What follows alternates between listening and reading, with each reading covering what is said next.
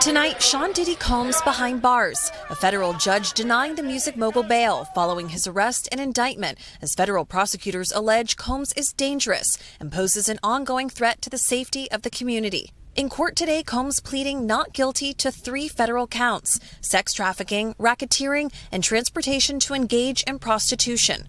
Sean Combs led and participated in criminal activity, including sex trafficking, forced labor, kidnapping, arson, bribery, and the obstruction of justice. In an indictment unsealed this morning, federal prosecutors say since 2008, Combs abused, threatened, and coerced women and others around him to fulfill his sexual desires, protect his reputation, and conceal his conduct.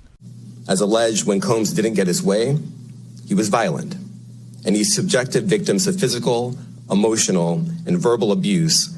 Combs' arrest at a New York City hotel Monday night comes 6 months after federal authorities raided the Grammy winners' homes in Los Angeles and Miami.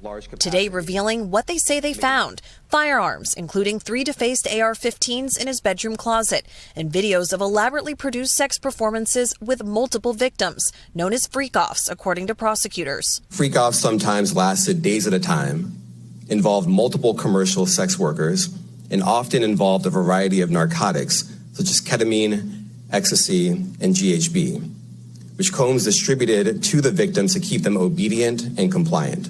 An attorney for Combs maintaining his client's innocence. Mr. Combs is a fighter. He's going to fight this to the end. He's innocent. Today's federal case following a string of civil suits, including one filed last week by a member of the girl group Danity Kane, as well as a settlement with singer Cassie, seen in this 2016 surveillance video being physically attacked by Combs. Cassie later filing a civil suit accusing Combs of raping and physically abusing her. The terms of their 2023 settlement were not disclosed. An attorney for Combs telling a judge today that Mr. Combs is not a perfect person. These toxic relationships were mutual, adding, "Is it sex trafficking if everyone wants to be there? We don't want the federal government in our bedroom."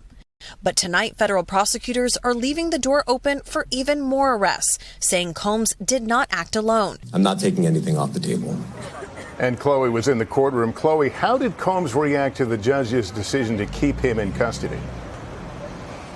Lester, I was sitting just a few feet away from Combs during his arraignment, and he was completely expressionless as the judge denied him bond, and then he was cooperatively escorted away by U.S. Marshals. His attorney now saying that they plan to appeal this decision as early as tomorrow. Lester? All right, Chloe Malas, thank you. Our senior legal correspondent, Laura Jarrett, is here with us. Let me pick up on that train of thought. What was the judge's reasoning for not giving him bail? Yeah, Combs had offered to put up $50 million as a bond, but it simply did not work, Lester. Prosecutors went in today saying he's a flight risk, a danger to the community, and the judge agreed, finding that she was worried about his substance abuse issues, as alleged by prosecutors, and anger issues. She also described here. Now, we've seen high-profile defendants detained pre-trial before. You think about R. Kelly, you think about Jeffrey Epstein. His attorney says he's going to try to appeal this denial of the bail, but if it doesn't work, he could be denied appeal for a long time here and behind bars for more than a year as this goes to trial, Lester. Okay, Laura, thank you.